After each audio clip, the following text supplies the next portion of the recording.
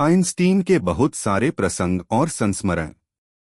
Albert Einstein ने 3 साल का होने से पहले बोलना और 7 साल का होने से पहले पढ़ना शुरू नहीं किया।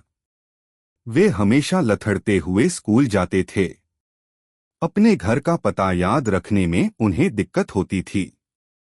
उन्होंने देखा कि प्रकाश तरंगों और कणिकाओं दोनों के रूप में चलता है, जिसे क्वांटा कहते हैं, क्योंकि उनके अनुसार ऐसा ही होता है। उन्होंने उस समय प्रचलित ईथर संबंधित सशक्त अवधारणा को हवा में उड़ा दिया। बाद में उन्होंने यह भी बताया कि प्रकाश में भी द्रव्यमान होता है और स्पेस और टाइम भिन्न भिन्न नहीं हैं, बल्कि स्पेस टाइम हैं, और ब्रह्मांड घोड़े की जीन की तरह हो सकता है। अमेरिका चले जाने के बाद आइंस्टाइन की एक गतिविधि का रिकॉर्ड है। उनकी सनकें प्रसिद्ध हैं, जैसे मोजे नहीं पहनना आदि। इन सब से आइंस्टाइन के इर्द गिर्द ऐसा प्रभामंडल बन गया जो किसी और भौतिकविद को नसीब नहीं हुआ। आइंस्टीन बहुत एब्सेंट माइंड रहते थे। इसके परिणाम सदैव रोचक नहीं थे। उनकी पहली पत्नी भौतिकविद मिलेवा मैरिक के प्रति वे कुछ कठोर भी थे, और अपनी दूसरी पत्नी एल्सा और अपने पुत्र से उनका दूर के जैसा संबंध था। आइंस्टीन को एक 15 वर्षीय लड़की ने अपने होमवर्क में कुछ मदद करने के लिए चिट्ठी लिखी। आइंस्टीन ने उसे पढ़ाई से संबंधित कुछ चित्र बनाकर भेजे और जवाब में लिखा, अपनी पढ़ाई में गणित की कठिनाइयों से चिंतित मत हो, मैं तुम्हें यकीन दिलाता हूं कि मेरी कठिनाइयां कहीं बड़ी हैं।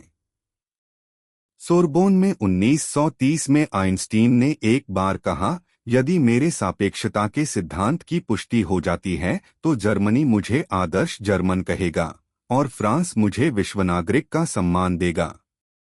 लेकिन यदि मेरा सिद्धांत गलत साबित होगा तो फ्रांस मुझे जर्मन कहेगा और जर्मनी मुझे यहूदी कहेगा।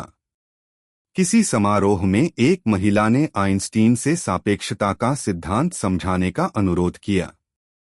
आइंस्टीन ने कहा, मैडम, एक बार मैं देहात में अपने अंधे मित्र के साथ घूम रहा था और मैंने उससे कहा कि मुझे दूध पीने की इच्छा हो रही है। दूध? मेरे मित्र ने कहा, पीना तो मैं समझता हूँ, लेकिन दूध क्या होता है? दूध एक सफेद द्रव होता है, मैंने जवाब दिया। द्रव तो मैं जानता हूँ, लेकिन सफेद क्या होता है? सफेद जैसे हंस के पंख। पंख तो मैं महसूस कर सकता हूँ, लेकिन ये हंस क्या होता है? एक पक्षी जिसकी गर्दन मुड़ी सी होती है। गर्दन तो मैं जानता हूँ, लेकिन यह मुड़ी सी क्या है? अब मेरा धैर्य जवाब देने लगा। मैंने उसकी बाह पकड़ी और सीधी तानकर कहा, यह सीधी है। फिर मैंने उसे मोड़ दिया और कहा, यह मुड़ी हुई है। ओह! अंधे मित्र ने कहा, अब मैं समझ गया दूध क्या होता है। जब आइंस्टीन विश्वविद्यालय में प्रोफेसर थे, तब एक दिन एक छात्र उनके पास आया। वह बोला, इस साल की परीक्षा में वही प्रश्न आए हैं जो पिछले साल की परीक्षा में आए थे। हाँ, आइंस्टीन ने कहा, लेकिन इस साल उत्तर बदल गए हैं। एक बार किसी ने आइंस्टीन की पत्नी से पूछा, क्या आप अपने पति का सापेक्षता का सिद्धांत समझ सकती हैं? नहीं, उन्होंने बहुत आदरपूर्वक उत्तर दिया, लेकिन मैं अपने पति को समझती हूँ और उन पर यकीन किया जा सकता है। 1931 में चार्ली चैपलिन ने आइंस्टीन को हॉलीवुड में आमंत्रित किया, जहां चैपलिन अपनी फिल्म सिटी लाइट्स की शूटिंग कर रहे थे। वे दोनों जब अपनी खुली कार में बाहर घूमने निकले तो सड़क पर आने जाने वालों ने हाथ हिलाकर दोनों का अभिवादन किया। चैपलिन ने आइंस्टीन से कहा, ये सभी आपका अभिवादन इसलिए कर रहे हैं क्योंकि इनमें से कोई भी आपको नहीं समझ सकता, और मेरा अभिवादन इसलिए कर रहे हैं क्योंकि मुझे सभी समझ सकते हैं। बर्लिन में सर विलियम रोथेनस्टीन को आइंस्टीन का एक पोर्ट्रेट बनाने के लिए कहा गया।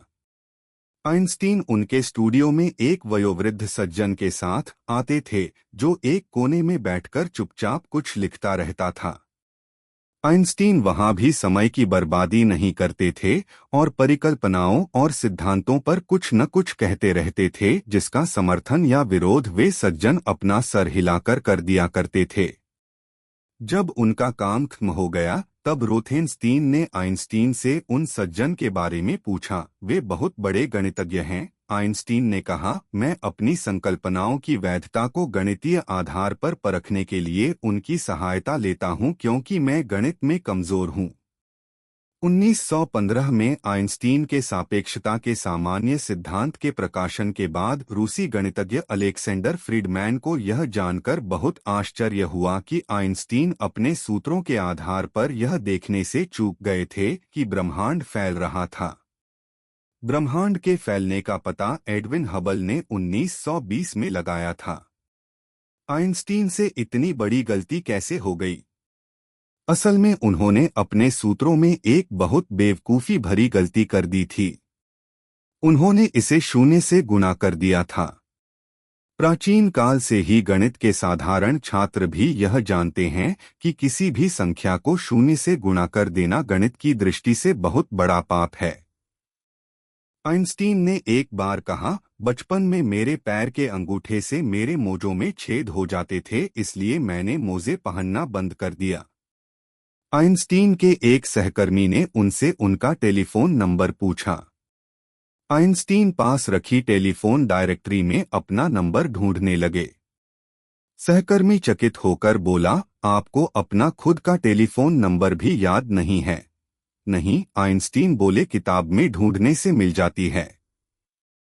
किसी ऐसी चीज को मैं भला क्यों याद रखूं जो मुझे आइंस्टीन कहा करते थे कि वे कोई भी ऐसी चीज याद नहीं रखते जिसे 2 मिनट में ही ढूंढा जा सकता हो।